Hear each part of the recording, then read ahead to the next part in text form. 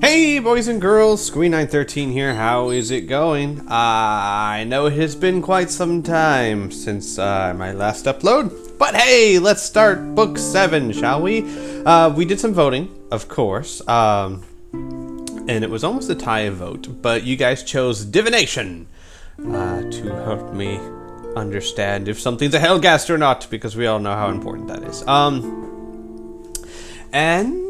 What else? Well, that was pretty much the only thing to vote. I did forget to ask you guys what new weapon to take. So, I guess after this book, I'll have you vote on 2 weapons, because every time you climb a level with Weapon Mastery, you gain a new weapon proficiency. And for this book, I'll just use sword, broadsword, and bow like normal. I don't think it'll be a big problem. So remember we have 19 gold, we got fire seeds, and I've increased divination. We have a combat skill of 18 plus 8, 2 from the silver helm, 2 from the shield, 1 from the divination, and 3 from weapon mastery. And then of course we have 29 endurance plus 8, which is 6 for the armor and 2 for the lore circle. And I believe we are ready to go. Alright, let's do this. Okay, so, Magna Chi Wisdom. Your quest for the lore stone of Herdos will be fraught with danger, for the Fortress of Caution has a dark and sinister reputation for being the ruin of many a brave adventurer. Make notes as you progress through the story. They will be of great use. Many things are helpful, some are not. Choose your combat skills wisely. May the spirit of your ancestors guide you on the path of the Magna Chi. Good luck. You'll probably die. What? Nothing. You just said I'd probably... No, I did not. Silly narrator. Alright, the hours leading up to your departure from Ilzean are spent checking and double-checking your equipment and provisions, but no matter how hard you try to concentrate on these preparations, your mind is constantly invaded by the shadowy image of Khazan-ud, an image identical to the vision that appeared the previous evening in the well of the council chamber. You are filled with a deep dread as you contemplate the probable site of your own grave. What are you, like, sitting there staring at the picture going, right there, probably, like, right there in that tower. That's where I'm gonna die. What a morbid person you are, Lone Wolf. I'm thinking maybe on the 2nd floor of that tower. That looks really menacing. I'll probably die there. I could die in the courtyard, though. I'm sorry, I completely went off on a tangent. However, coupled to this terrible sense of foreboding is a far greater and irresistible desire to discover the lore stone of Herdos, which probably isn't in that tower on the 2nd floor where I'm probably going to die. Okay, shortly before dawn, your thoughts are disrupted by a knock at the door of your chamber. It is Rimoa. The time has come for your mission to begin. You follow him through the halls and galleries to a rooftop platform nestling among the crimson towers of the Temple of Truth. Here you are greeted by a young man. He is tall and dark-skinned and plaited fixed flaxen hair and sharp cat-like eyes, and he wears a gold and scarlet tunic of a Vaqueros, a warrior magician of the Desi. "Hail, Pydo," says Rimoa, bowing to the proud young man. "Hail, my lord Rimoa," he replies respectfully. "We are ready to sail." The first rays of dawnlight shimmer along the golden hull of the magnificent skyship that hovers above the rooftop platform. Does everyone have a skyship now? As the hum of his powerful engine rises, you thank Rimoa and bid him farewell before following Lord Pydo to the boarding ladder at the edge of the platform. Once safely on board, the skyship rises into the chill dawn air, and Lord Rimoa and the Tower of Truth shrink swiftly behind its golden keel. You look down with growing fascination as the sleek bat-winged craft passes over the circling waters of the Ilizan Canal and speeds northwards above the jungle of central Desi. As the grey chasm of Gorgoron looms into view, splitting the emerald green land like a deep and terrible wound, Lord Pydo joins you at the rail. Time passes in conversation. You learn much about the people of this untamed land and their history. You learn that the Elder Magi are all that remain of a race of great magicians who ruled central Magnemund many thousands of years ago. They were wise and powerful, and their leadership was great until their numbers were decimated by a plague that swept across the world. Those who survived sought refuge in Desi and have lived here, in the mountains and the jungle ever since. The Vaqueros are native soldiers of Desi who have been taught the art of battle magic by Elder Magi and help them defend the northern border against invasion by the warlike Vasigonians. When you tell Lord Pydo of your past battles with the Desert Warriors, you sense a sadness within him. "How I wish my brother Kaizen could be here with us now," he says, staring thoughtfully towards the distant horizon. "He could tell many a brave tale of the great Desert Wars." You ask what became of his brother, because you're a dick. There a long pause before you reply solemnly, "Khazan Ud." I mean, really, Lone Wolf? Really? Tact, man. Tact. The land of the Desi is now spread out beneath you like a gigantic map. To the northwest, you can see the foothills of Carcross range and a faint ribbon-like glimmer that is the River Doi. To the east, a bank of grey storm clouds advances unchecked across the sea to a sea of jungle vegetation. Shortly before noon, you sight your destination. The low domed buildings of Herdos appear on the horizon, followed by the waters of Lake Kor and a blackening finger of rock upon which sits Khazan Ud. Even at this great distance, the awesome sight of the terrible fortress sends a chill along your spine. Lord Pydo orders his crew to prepare for landing, and within an hour the great skyship is casting its shadow upon the flagstones of the plaza of Herdos. You are welcomed by Lord Ardan, Elder of Herdos, and a detachment of his Vaqueros guards. They escort you through the streets of the ancient town, past the tiny stone-walled dwellings of fishermen and miners, to a quay, where the glass dome tower, several stories high, commands access to the busy harbor. As you enter the tower, you notice that the glass dome radiates a greenish light that, in spite of the blinding glare of the midday sun, can be seen quite clearly. Later, as the sun sinks slowly behind the peaks of the mountains, the light emanating from the tower becomes more visible, covering the Lake Kor with an umbrella of ghostly luminescence.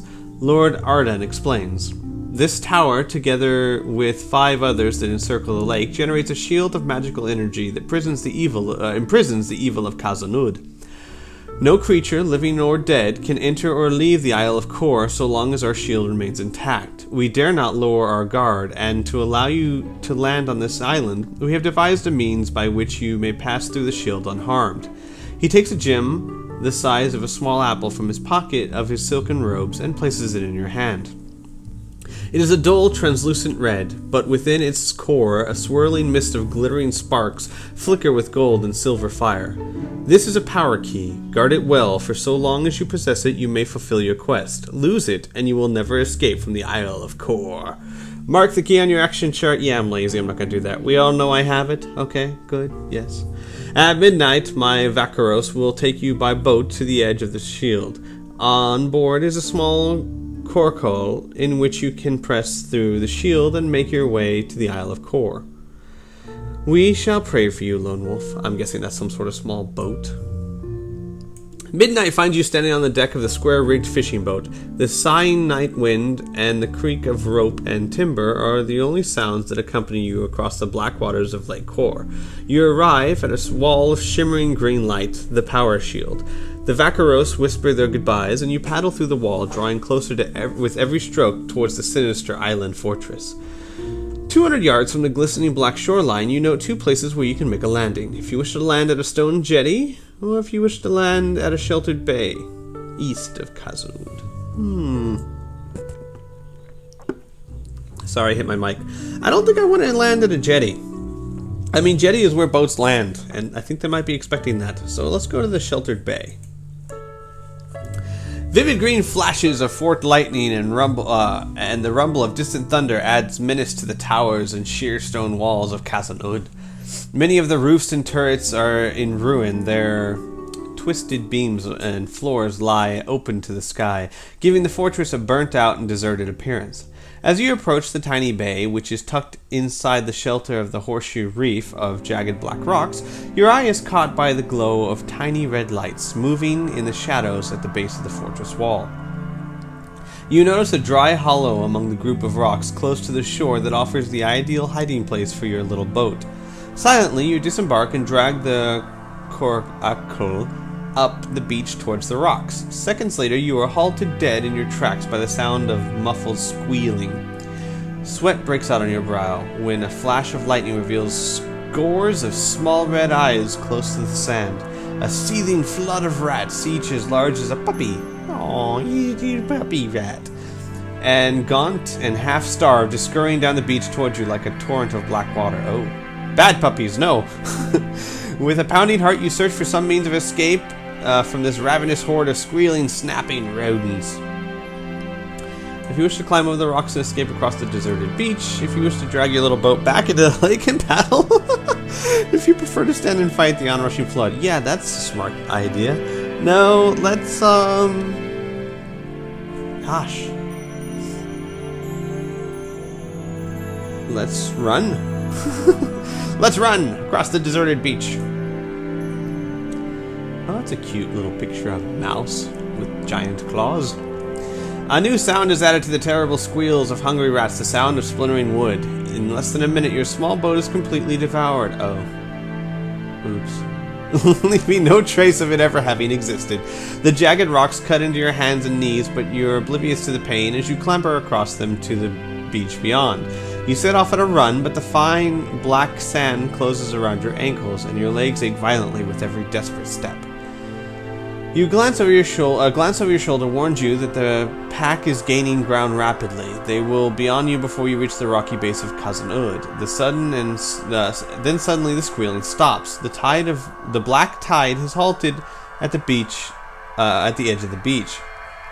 Their white teeth snap on empty air, and then hungry eyes watch your every movement, but every single one of them is rooted to the rocks. As you turn to make your escape, you wonder why the rats no longer pursue you. Less than 10 feet ahead lies a horrific answer to your question. Scientologists. No. Sorry. A giant toad-like face stares unblinkingly into your eyes as it emerges from the shadows to bask in the green light that illuminates from the beach. Its body, pale and bloated like a huge fat worm, slithers into view, and you shudder at the sight of open sores that disfigure its skin. Ew. Like, totally gross. A ghastly noise echoes from deep within its open mouth as it rears up to attack you with a razor-sharp tongue. Due to the surprise of the attack, you cannot make use of a bow. We got a picture of it. Looks pretty much like it described.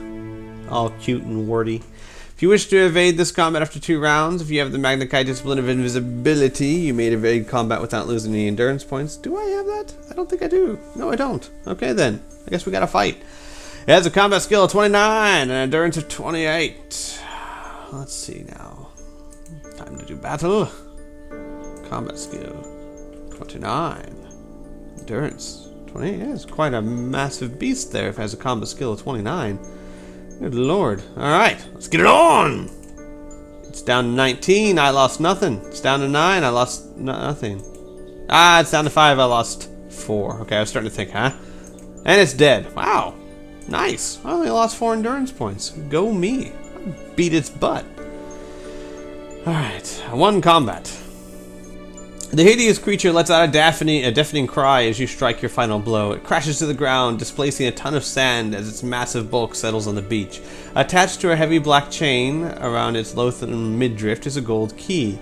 If you wish to take this key, mark it on your action chart as a special item, which you keep in your pocket. Yes, I want the key. Your victory rises your spirits, but they soon sink again when you hear the unmistakable sound of rats. The chase has resumed. Oh, joy!